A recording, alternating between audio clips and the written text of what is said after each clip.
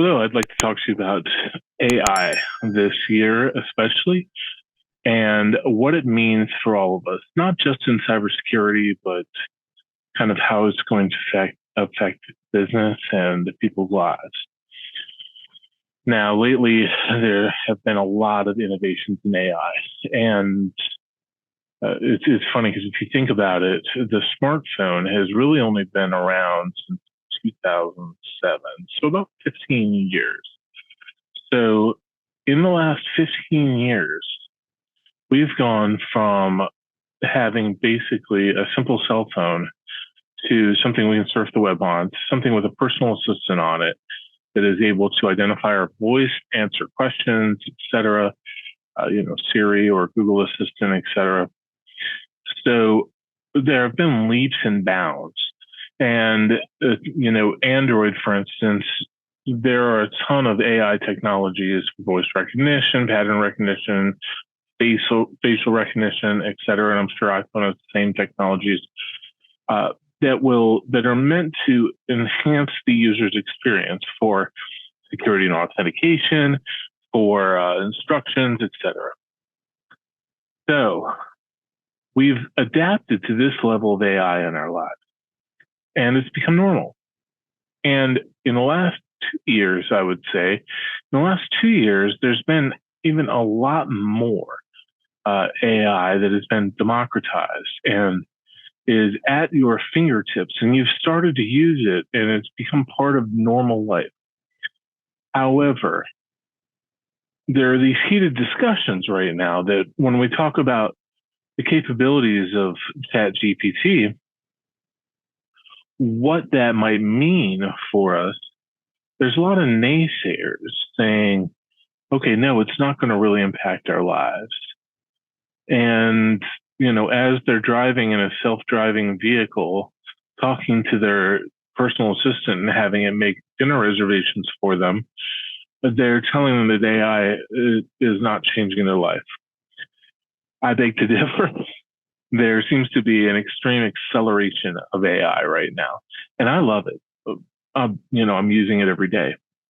So let's talk about a little bit of what has happened in the last few years. So when I say AI has started to become democratized, I'm a big Azure power user, Azure certified architect, security engineer, et cetera, for Azure. And I know AWS has similar technology. With Azure, you can buy AI components, string them together, and build your own app. You can set up a data hub, link up a data lake to it, and set up some AI components to do some things that you want with your data, some predictive analysis, et cetera. I know that AWS, as well as Azure, have some other capabilities, like AWS has that big facial recognition software package, an image recognition software package that is API accessible and easy to consume, and people were, law enforcement was already starting to use it, and it brought up kind of what are the implications of this society if you can match anybody's face to anything. That was a few years ago that came out, and Azure has been releasing all these AI things pretty frequently. And then Facebook, and will identify people in your images, and so will Google images. Have you ever noticed that your Google album will start sorting by people, and to say, hey, look at all your memories with Steve, and you never told Google who Steve was. It figured it out, and through its AI, it started assembling an album for you. So these are the things that we've adjusted to in normal life. And Tesla has some self-driving vehicles. Other people are doing self-driving vehicles.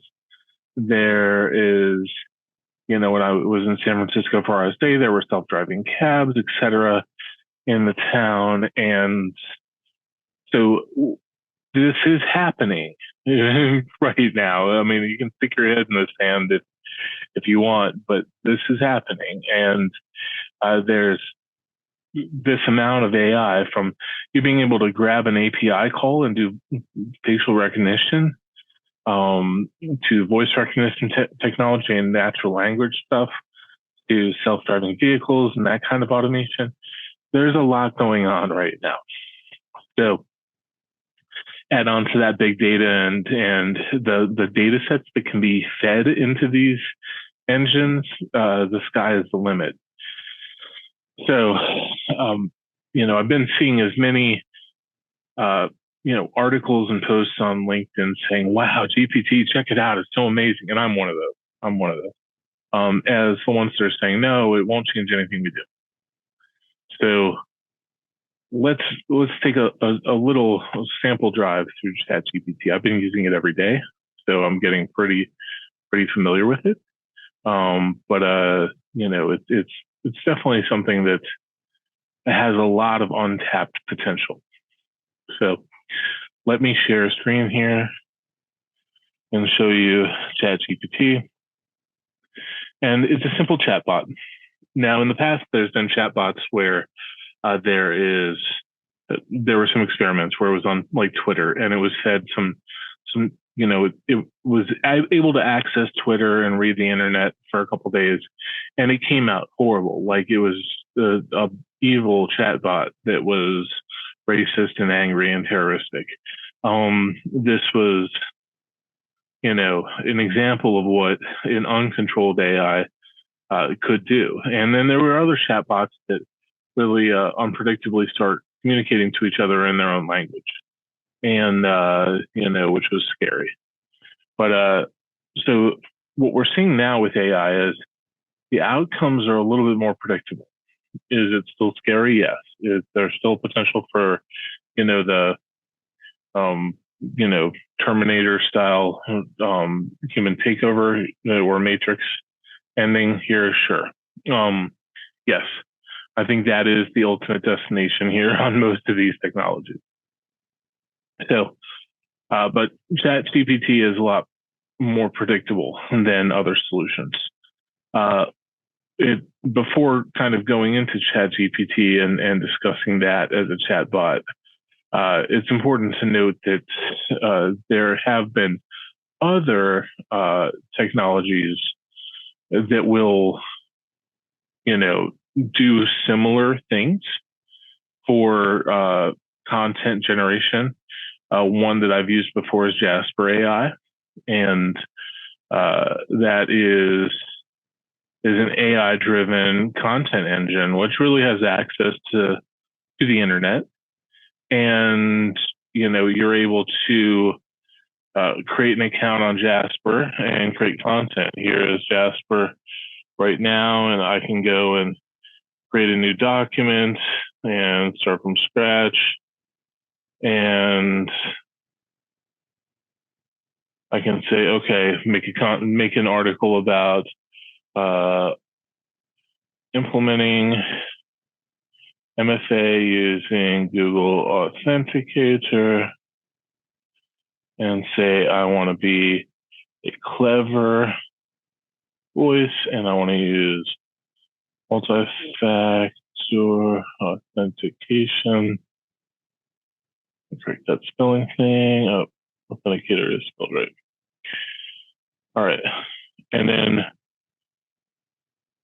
try to compose, and Jasper will write a little start me off here. And you can pick up at any time. This is an editor, so you can start writing. And then when you get stuck, you can have Jasper pick it up again. So you can continue, and Jasper will keep writing. So you can do this indefinitely. And if you can give it commands too and say,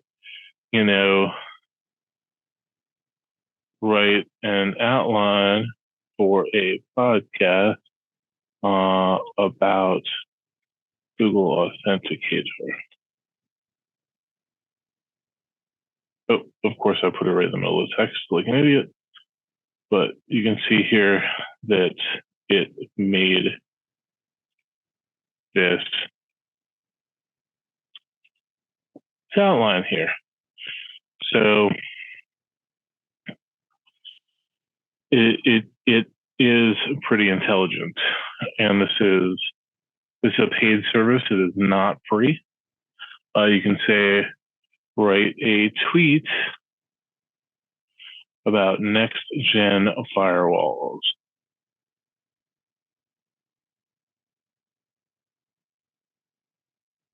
And it knows the tweets need to be short.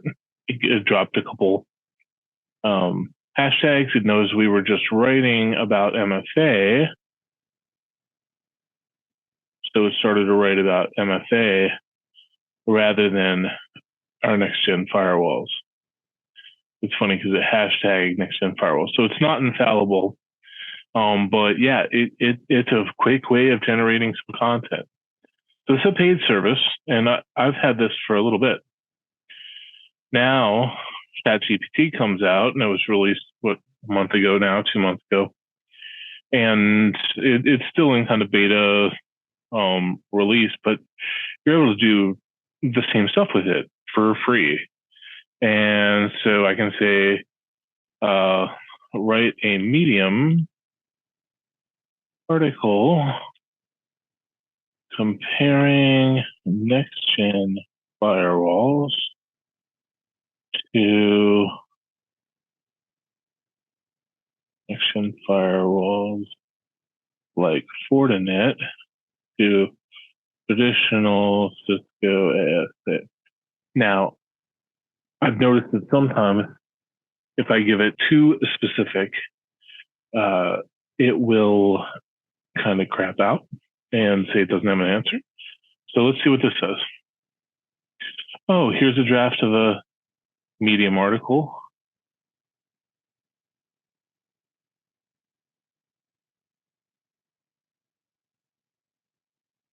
Wow. Wow. So this is perfect sales copy. Would be a good article, a good blog post. You could dice it up. You could use it for a script for a podcast, etc. So it's incredible that it is able to do this. So yeah, let me start up a new chat while it's working on that one. You can have multiple ones here.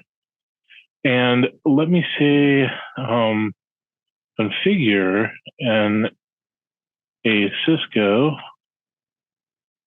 ASA for, actually, let's write a Cisco ASA configuration to allow remote access VPN.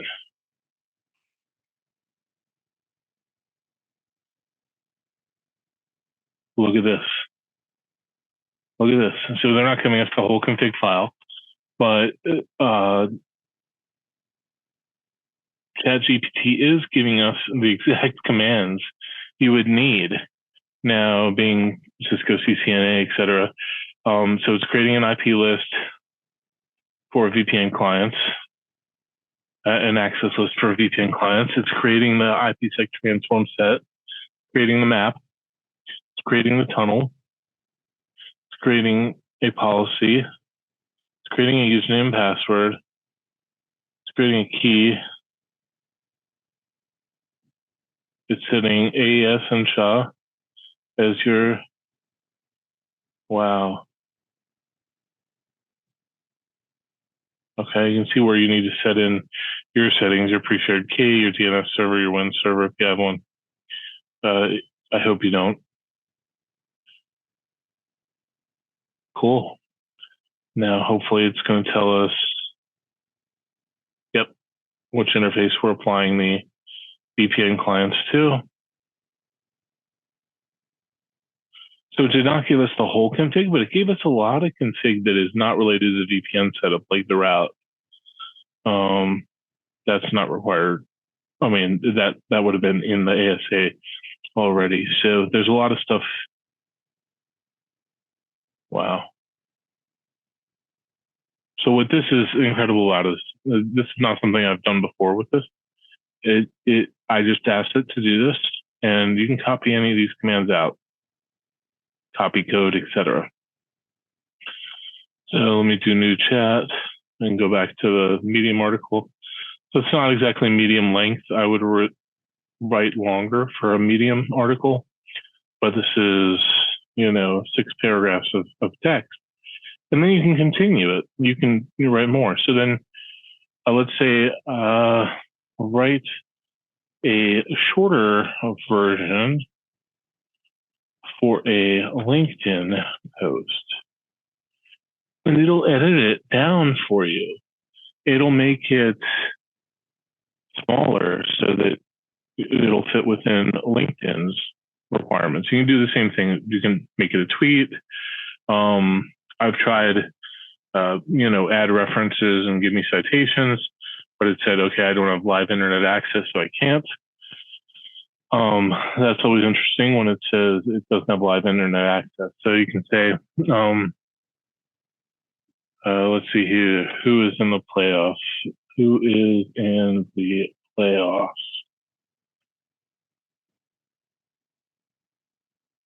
Yep. So it says my training data only goes up to 2021. I'm not able to browse the internet for more information. So anything that you're asking that the specific news for now, it doesn't have. You may be able to ask you questions. Who won the World Series? World Series in 2015. And it knows that answer because it's old enough to be within its data set. Kansas City Royals won. So ChatGPT is amazing to me. I can ask it questions. I can get ideas from it. I've had it edit documents for me, and do rewrites for me where I've written something and I'm like, okay, before I send this to a customer, let me copy and paste it in, have it edit it and spit out a more concise version, that kind of thing. What ChatGPT is capable of, who knows? The engine has an open API, and I've seen browser plugins for it. I've seen people writing apps already in the app stores for it. And really the sky's the limit. You could use this API to do natural language processing and then create Splunk queries, etc., Elasticsearch queries. You can have it writing code. It pretty much isn't limited by programming language. You can say, write C# code to, let's see, the other day I did change the temperature on my thermostat and it spit out code for it, to create a small web server. So web server code rather than a servlet or an app that runs in IIS. Let's see if it gives me code for a web server. I've never tried this before. See if it will give me an actual web server, or if it'll just give me something that needs to run in IIS. Oh, HTTP listener, great. Yep, it's showing how to make a web server. Great.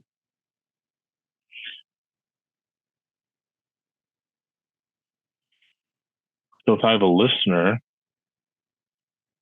then write C#. Oh, come on. C# code to listen on HTTP 8080 and act as a proxy, sending data to another IP.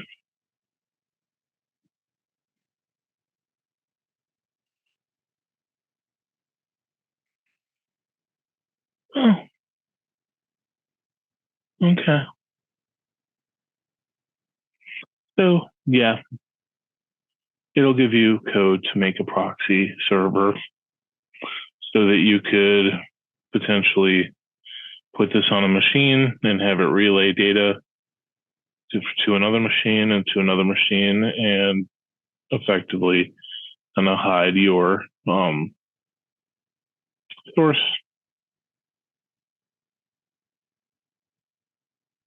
Kind of something a threat actor might do, but it's also what a proxy server does.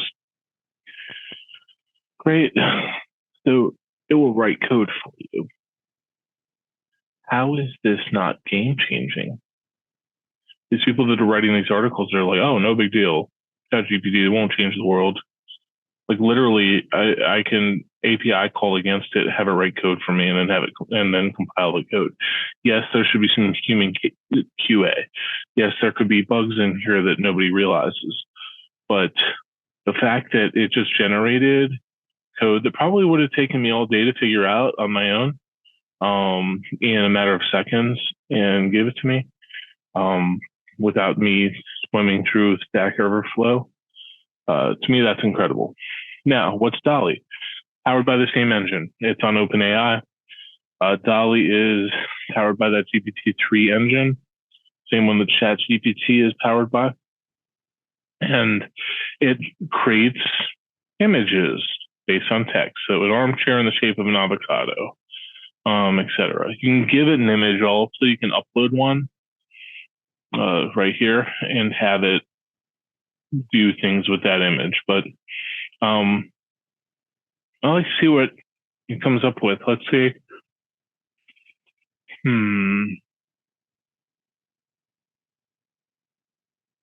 Red circuit board flying through space.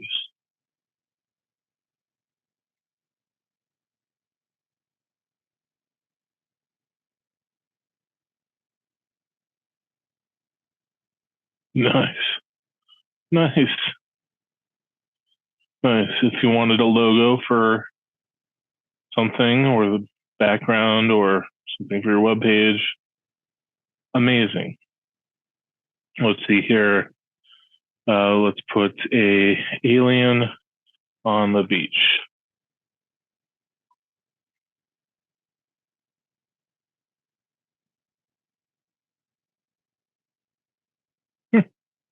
See?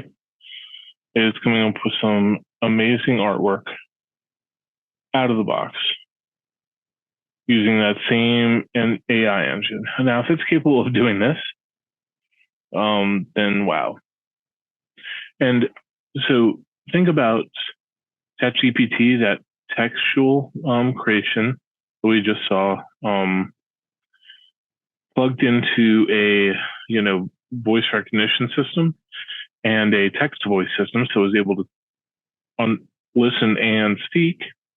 And then let's say deepfake was in front of it, doing video. You pretty much would have a person, that is creating content for you. Yes, it's going to be computery, highly controlled AI. But I think we're going to look at a lot of changes here soon. So, alien on the beach. Let me see here. What else can we do on the beach? Let's see here. Computer melting on the beach like DALL-E.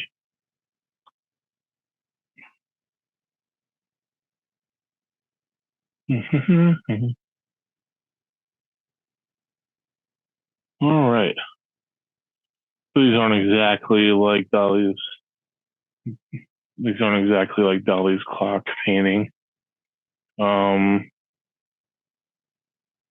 Maybe if I put like DALL-E clock, that might be helpful.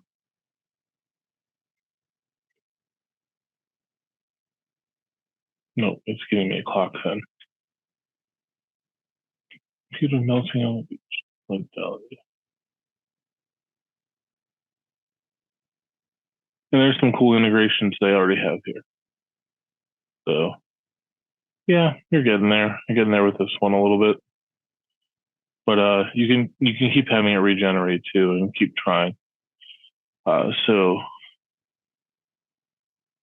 yeah. But this is a really cool engine. And you can make it use Van Gogh style, impressionistic style, um, you know, cyberpunk, Vermeer, uh, Michelangelo. You can have it do really anything you want, and it's based off that same engine. So there's a lot going on right now. There's a lot that is changing in the world right now with AI. There's a lot of potential, a lot of things that will kind of evolve over the next couple of years. And there's a lot that we're going to see continue to improve. So natural language generation and speech recognition is one thing. Virtual agents, which, I already mentioned, helping manage decisions. Let's say you have a lot of data in a data set and, you need to make a decision about this data. AI can help with that. And it already is helping with that. Biometrics, it's already helping with facial recognition, voice recognition, etc. Machine learning, already RPA going on, robotic process automation, already deep learning going on, already AI optimized hardware where AI is actually developing hardware for us and designing for us. This is stuff that's already happening. And so there's already a lot of,